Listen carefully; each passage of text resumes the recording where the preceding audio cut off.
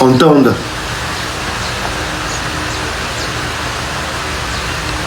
Choisissons bien nos timings.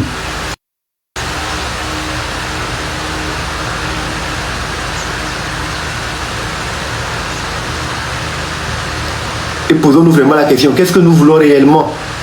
Pour ne pas nous faire. Qu'est-ce que nous voulons réellement? C'est très important. Pour ne pas nous faire prendre. Parce que il y a des pièges qu'on nous tend pour nous prendre. Il faut qu'on puisse les connaître pour ne pas tomber dedans. On ne peut pas voir les pièges devant nous et tout le temps avancer, tomber dedans, tomber dedans. Il faut qu'on soit très prudent.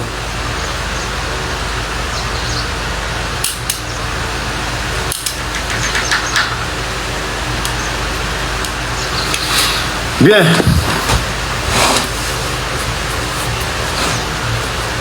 J'aimerais ici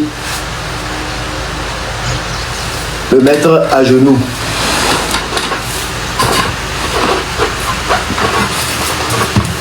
Me mettre à genoux. Pour demander pardon à tous les Togolais qui estiment que je les ai entraînés malgré eux dans quelque chose qu'ils n'ont pas voulu ou qu'ils ne veulent pas. Je demande pardon. Je m'excuse de les avoir entraînés là-dedans. Et comme mes actions ont entraîné des conséquences et que des gens se retrouvent aujourd'hui en prison à cause de moi et que moi je suis en liberté, si on peut appeler ça liberté, et que cela dérange, pourquoi moi je suis en liberté quand les gens sont en prison alors que c'est à cause de moi ces personnes se sont engagées? C'est moi qui les ai mis là-bas. À genoux, je me mets devant le président du conseil. J'aimerais que le blâme ou tout ce qui est reproché à ces personnes, que leur faute puisse m'être attribuée, que leur faute me soit attribuée. Si quelqu'un doit payer pour eux leur faute, que ce soit moi. Je suis prêt à ce qu'on vienne m'arrêter ici comme on va en prison et qu'on les libère. Et si le pardon a un sens et que nous acceptons pouvoir faire en sorte d'avancer ensemble, je demanderai qu'au-delà des personnes qui ont été arrêtées à cause pas ma faute, au-delà de ces personnes-là, que d'autres qui sont dans le même cas, parce qu'ils ont voulu participer à la lutte pour la libération, pour la lutte pour l'acquisition de leurs droits, que ces personnes aussi puissent être libérées. Je demande pardon. Nous sommes le 1er décembre. Faisons en sorte peut-être que ce décembre soit joyeux pour pas mal de familles. Les gens souffrent depuis déjà assez longtemps. C'est pas facile d'être coupé des personnes qu'on aime. C'est pas facile d'être coupé de nos familles, de nos proches. Je demande pardon pour toutes ces personnes-là. Je demande pardon, qu'on puisse les libérer. Ce que je fais, je le fais à titre personnel. Je le fais parce que j'assume la responsabilité du fait que tout ce qui est arrivé du 6 juin à aujourd'hui, je suis le responsable. Je porte cette croix et je demande pardon à tout le monde. Si vous pouvez, prenez-moi, mais libérez-les. C'est moi qui les ai induits en erreur. C'est moi qui les ai manipulés.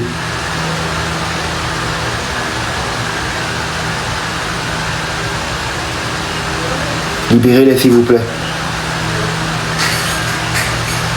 Au demeurant, je serais injuste de m'arrêter là, parce que les Togolais ne sont pas que sur le territoire togolais.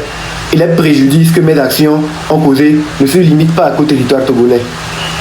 Avant cela, il y avait des Togolais qui avaient une vie, qui ne se mêlaient pas de l'histoire de la politique. Ils faisaient leurs activités. C'est moi, j'ai fait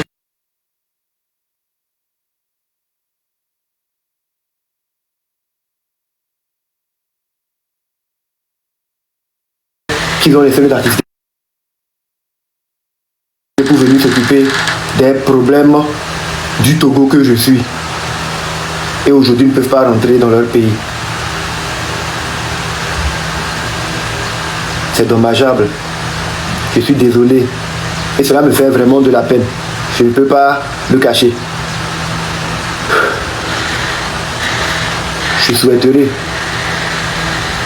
qu'on puisse élargir la clémence.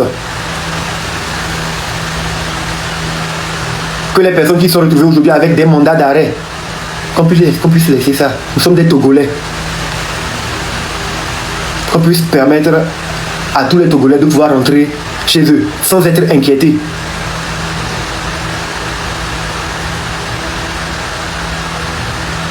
Sans être inquiétés. Nous ne voulons que la justice, l'équité. Et ça, nous le souhaiterons et nous le voudrons toujours. On aura beau enfermer les gens, il y aura toujours les gens pour revendiquer, pour réclamer. On aura beau lancer des mandats d'arrêt contre des gens, il y aura toujours des gens pour continuer. Autant essayer de s'arrêter. Et ça, je nous parle à nous tous.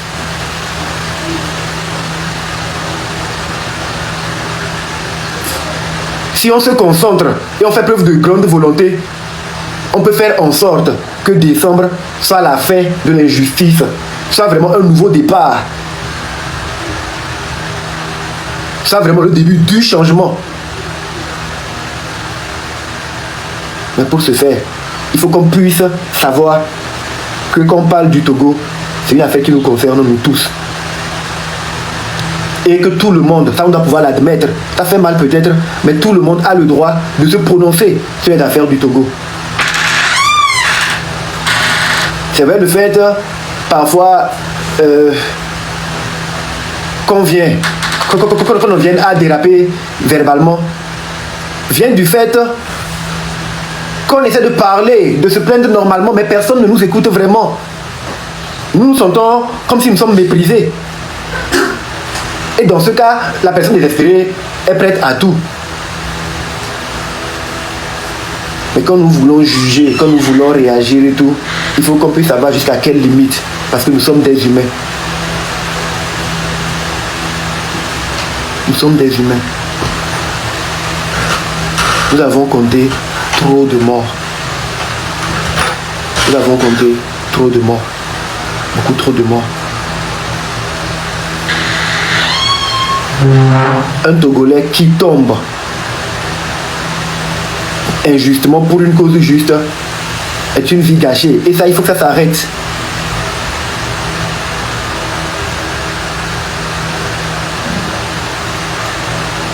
Je suis équitable avec moi-même. Si demain, il y a une manifestation pour demander la libération des prisonniers politiques, je suis prêt à participer à cette manifestation-là. Mais je trouverai les moyens légaux d'y participer, sans mettre ma vie en danger. De sorte que même si je suis interpellé, je puisse me défendre. Si demain il y a des gens qui disent ils sont brimés ou ils voient que non, on m'a pris injustement une terre, je veux revendiquer.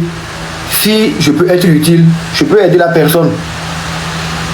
Mais je ferai tout pour le faire de façon à respecter le cadre légal et faire en sorte que si on m'interpelle, je n'ai pas de problème. Je parle pour moi.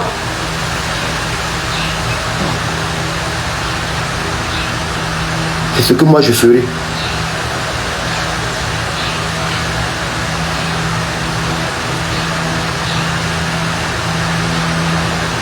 J'ai de la peine pour Grâce. Parce qu'elle est sortie le 6 juin. Si elle est sortie, c'est pourquoi? Pour réclamer ma libération.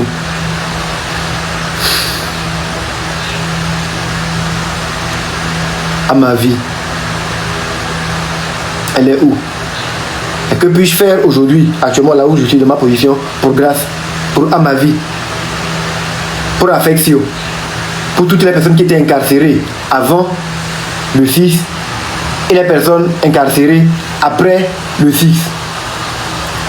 Que puis-je faire pour eux? Moi, aujourd'hui, dans ma position. Moi que les gens voient comme étant le leader. Moi en qui les gens ont mis leur espoir. Moi que les gens prennent pour être leur voix. Que puis-je faire? Pour constituer un parapluie pour eux. Pour les protéger. Ce sont des soldats qui sont tombés pour moi. On aura beau tout dire, oui. C'est ça. Je suis le Togo. Je suis Togo.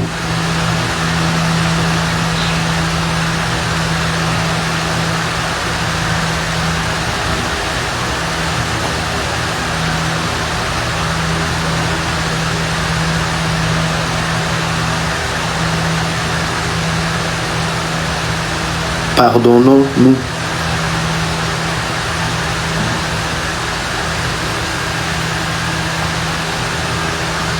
Je porte le blâme de leur faute.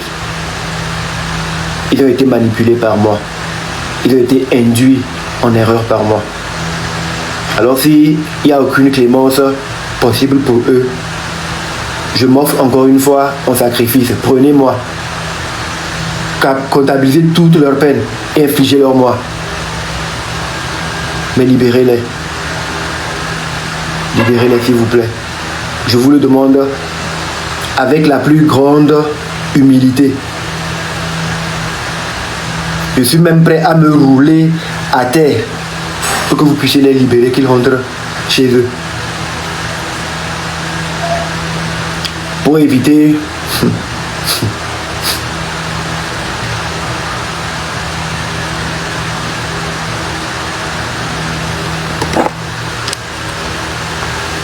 que pendant longtemps, les personnes qui ont vu leurs proches partir gardent la douleur.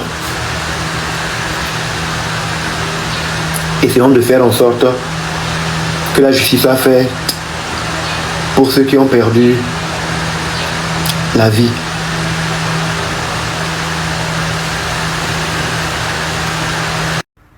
Bonsoir à tous, c'est Solima encore. Aujourd'hui, je suis très triste.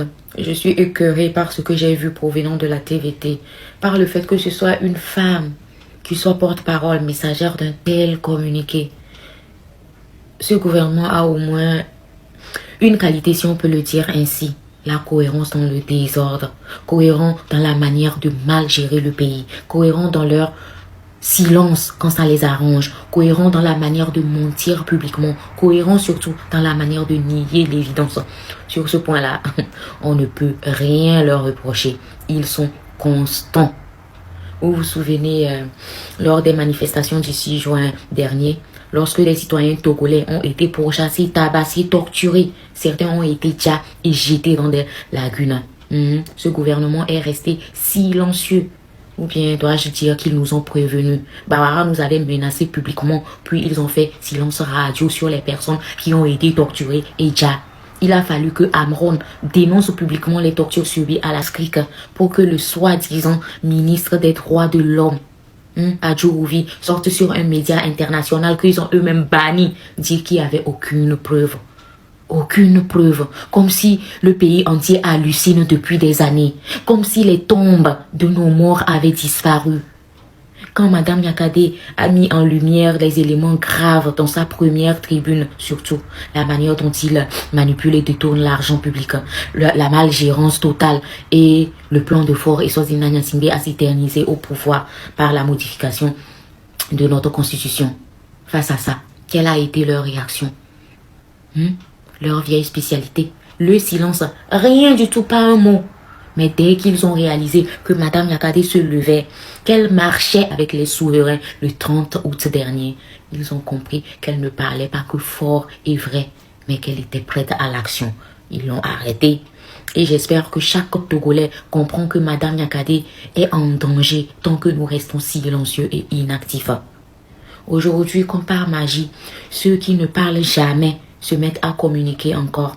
Ils sortent un communiqué pour nier les tortures élevées infligées à Grace Koumaï Pikoni. Waouh. D'abord, c'était aucune preuve.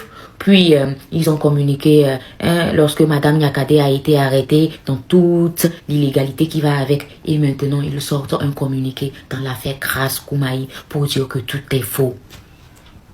C'est leur talent. Démentir ce que le monde voit, démentir ce que le Togo vit. En gros, le gouvernement de Faure et Sozina Gnassingbé ne dément que ce qui les met en danger. Voilà la vraie cohérence de ce régime.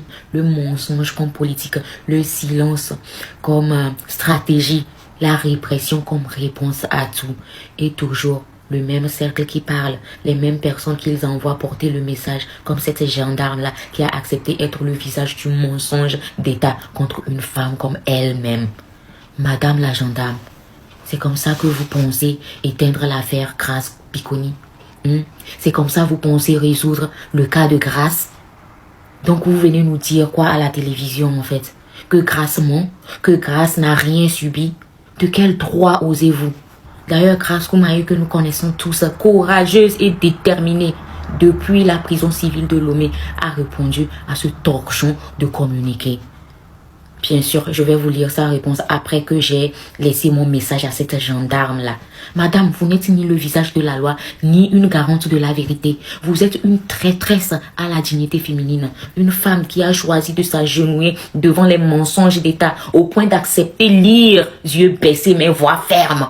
Un test qui piétine la souffrance d'une autre femme. Waouh, une femme qui vend sa conscience pour protéger son uniforme. Une femme qui nie les sévices subis par d'autres femmes. Oh, une telle femme ne mérite aucun respect. Madame la gendarme, sachez-le, les enfants que vous élevez ou que vous éleverez porteront le poids moral des injustices que vous cautionnez. Parce qu'une mère qui ment pour couvrir des violeurs en uniforme fabrique la honte, pas l'honneur. La vraie question c'est, avez-vous ouvert une enquête? Avez-vous ouvert une enquête officielle? Où sont les tocards qui sont mis en cause? Laissez Grace Koumaï elle-même venir nous dire que c'est faux. Sinon, les faits que vous avez niés là sont pourtant documentés. Oui, toutes les jeunes femmes arrêtées le 6 juin ont été violentées. Ce n'est pas les réseaux sociaux, c'est la CNDH elle-même qui l'a écrit dans un rapport officiel. Nous avons des photos, nous avons des vidéos, nous avons les corps, nous avons vu les corps tuméfiés. Des témoignages d'Amavi et d'autres victimes. Les violences commises par des femmes gendarmes, vos propres collègues. Et vous osez venir lire aucun traitement cruel, aucun acte inhumain. Votre phrase est un crachat sur la vérité. Une femme violée ne parle jamais face à ses bourreaux et vous le savez. Seuls les ignorants peuvent croire qu'une femme vieille et qui a encore dans les mains des mêmes forces allait oser dire « Oui, j'ai été agressée sexuellement ». Dans aucun pays du monde, cela n'arrive. Dans aucun rapport psychologique, cela n'existe en fait. Sauf chez les bourreaux togolais, comme vous apparemment. Oh, que Grace Koumaï n'ait pas pu parler tout de suite est normal. Que sa parole sorte maintenant, alors qu'elle est exposée, traumatisée et enfermée, est aussi normal. Il faut vraiment un esprit très limité pour s'imaginer qu'une femme qui a été vée va dénoncer ses bourreaux alors qu'ils sont encore devant elle. Ce qui n'est pas normal même là, c'est vous, madame la gendarme, avec votre drôle de capuchon qui acceptez de salir une victime pour protéger une institution criminelle. Chaque fois que le gouvernement fait un communiqué, c'est parce que c'est vrai, c'est parce que les accusations sont vraies. Chaque fois qu'ils sortent démentir quelque chose, c'est parce que c'est vrai et c'est grave. Depuis bientôt 21 ans, le peuple togolais connaît la règle. Le silence est de mise. Quand c'est vrai et que l'international commence à en parler, vous courez très vite sur la TVT et vos autres chaînes de propagande lire un test bien préparé. Si vous venez vous justifier, c'est que la vérité vous brûle. Et que les réseaux sociaux vous écrasent finalement. Parce que la vérité circule ailleurs, dans la diaspora, dans les vidéos, dans les preuves, et pas sur la TVT, on le sait. D'ailleurs, personne ne regarde plus la TVT, votre télévision bizarre là. Vous parlez dans le vide. La gendarmerie n'est pas protectrice du peuple. C'est son bourreau finalement, c'est ce que nous comprenons. Et vous le savez vous madame, nous le savons, le monde entier le sait désormais. Les femmes arrêtées le 6 juin 2025 dernier n'ont pas été frappées par des hommes, elles ont été frappées par des femmes gendarmes inhumaines, celles qui auraient dû les protéger. Alors venir aujourd'hui dire que la gendarmerie respecte les droits humains, votre capacité à répéter un mensonge sans vous demander s'il est logique, mérite presque d'être étudié. Est-ce que vous y croyez? C'est de la complicité criminelle. Votre communiqué ne blanchit personne. Il vous condamne. En lisant ce test-là, vous devenez complice moral des sévices subis par Grace Koumaï. Vous cautionnez un système qui torture, qui ment. Vous choisissez la honte. Et l'histoire retiendra tout. Nous continuerons à dénoncer. Nous continuerons à vous exposer vos mensonges, vos propagandes, vos tromperies, votre anarque, à montrer les preuves. Nous continuerons à porter la voix des victimes aussi loin que possible, à faire circuler la vérité partout dans le monde. Quoi que vous disiez sur votre TVT là, la vérité est déjà dehors et personne ne pourra la faire taire. Togolais, Togolaises, vous vous rendez compte de ce qu'ils sont en train de faire subir à Grace Koumaï? Nous ne devons laisser ceci se passer. C'est parce que nous n'avons pas assez fait du bruit autour de ce qu'elle a déjà subi. Maintenant, ils veulent nous entendre. Alors faisons-nous entendre pour Grace Koumaï. Il est temps que vous vous réveillez. Que ça peut être votre soeur, votre mère, votre cousine, votre femme. Accepteriez-vous qu'on fasse subir ce que Grace Koumaï a subi à votre soeur sans dire mot? Accepteriez-vous qu'on vienne nier devant le monde entier ce qu'elle a subi, la torture et levez-vous pour le 8 décembre. Mobilisez-vous. Le 8 décembre, nous sortons réclamer la liberté immédiate de tous les prisonniers politiques.